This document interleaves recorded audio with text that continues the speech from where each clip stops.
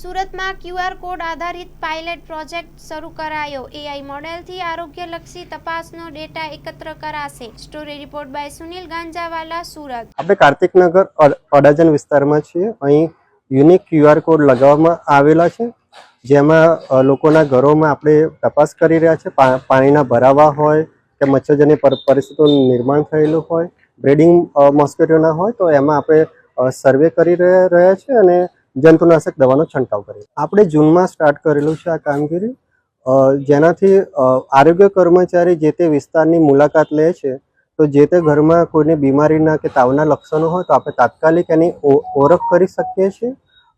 મચ્છરજન્ય પરિસ્થિતિનું નિર્માણ થયેલું હોય તો એ પણ એમાં એન્ટ્રી હોય છે, જેથી અલગ અલગ મોનિટરિંગ કક્ષાએ એનું મોનિટરિંગ ઇઝી થઈ જાય છે અને ત્વરિત થાય છે।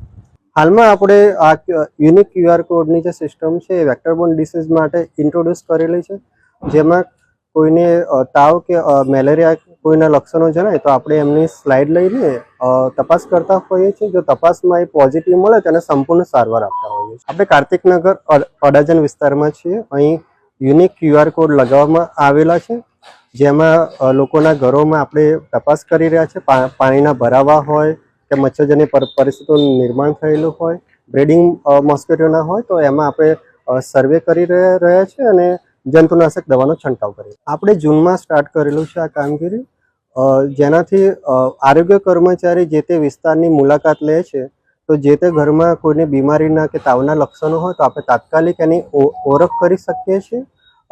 મચ્છરજન્ય પરિસ્થિતિનું નિર્માણ થયેલું હોય તો એ પણ એમાં એન્ટ્રી હોય છે, જેથી અલગ અલગ મોનિટરિંગ કક્ષાએ એનું મોનિટરિંગ ઇઝી થઈ જાય છે અને ત્વરિત થાય છે।